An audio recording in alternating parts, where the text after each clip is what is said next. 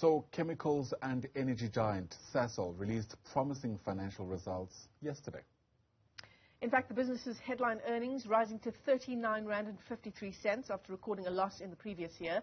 The company is now focused on paying down its debts and looking to the future in renewable energy. Our business reporter Kopano Gumbi spoke to Sasol's CEO, Fleetwood Grobler. She filed this report.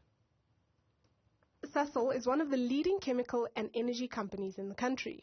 And like many other South African businesses, its operations were and continue to be impacted by COVID-19.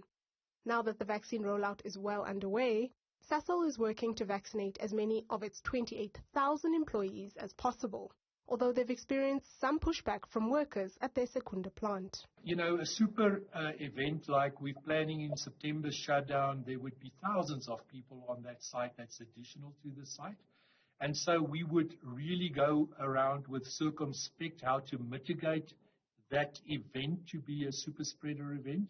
And of course, one of the things that you can do is to encourage people to get vaccinated. And of course, if you can't get vaccinated, you need to do adequate testing. The business has made some questionable investments in recent history, which have hurt their overall debt position. Now, Sasol is working hard to pay down their debts in order to focus the business on its next phase. We really had been under balance sheet stress. Our absolute debt levels were just too high. We have made solid progress this year. We reduced our dollar debt by around $5 billion.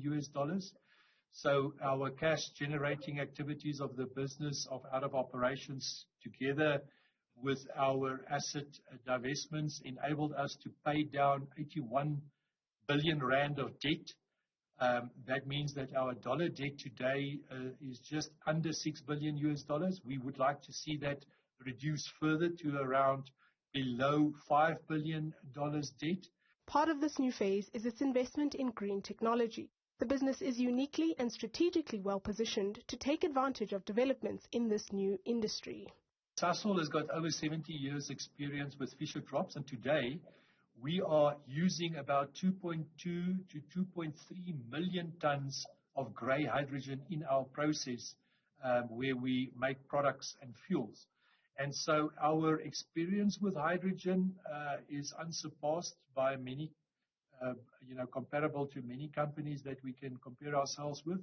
And I think we are well positioned to use this skills and experience also in the green hydrogen space. Hydrogen energy has been touted as a greenfield industry that's ripe for exploration. And government is also making efforts to ensure investments in the space reflect equal representation. For Newzroom Afrika on Channel 405, I am Kopano Gumbi in Johannesburg.